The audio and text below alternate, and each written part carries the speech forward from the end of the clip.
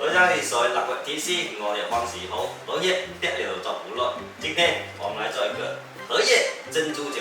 准备食材：猪手1个，板栗1碗，还有荷叶2片，新鲜的也可以，干的也可以。先把猪酒焯一下水，这是猪手哦，前酒，来几片姜、葱，少许料酒去腥。猪酒焯掉血后，把它倒出来洗干净。洗干净的猪酒来腌制一下，酱油2勺，蚝油1勺，小半勺老抽，增加颜色，再来一点薄盐，一点白糖，调和口感，来把它搅拌均匀。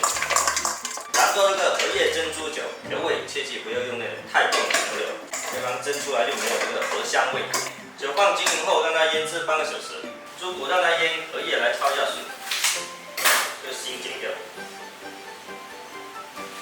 烫一下水，把它倒出来，洗干净。再把板栗先倒在荷叶里，再把猪酒放上去。如果下面垫一点米，那是不是猪酒蒸笼饭？包住以后放到盘子里，用容嬷嬷的手势扎一些小孔，让它透气。水开下锅，大火蒸1个小时。哇，闻到香味了，时间到，开盖。哇塞，好香！先整一个。肉骨，旁边。荷叶珍珠酒，猪酒这种做法口感肥而不腻，有一股淡淡的荷叶香味，不爱吃肥肉的人也能多吃几块。我要生气也有酱。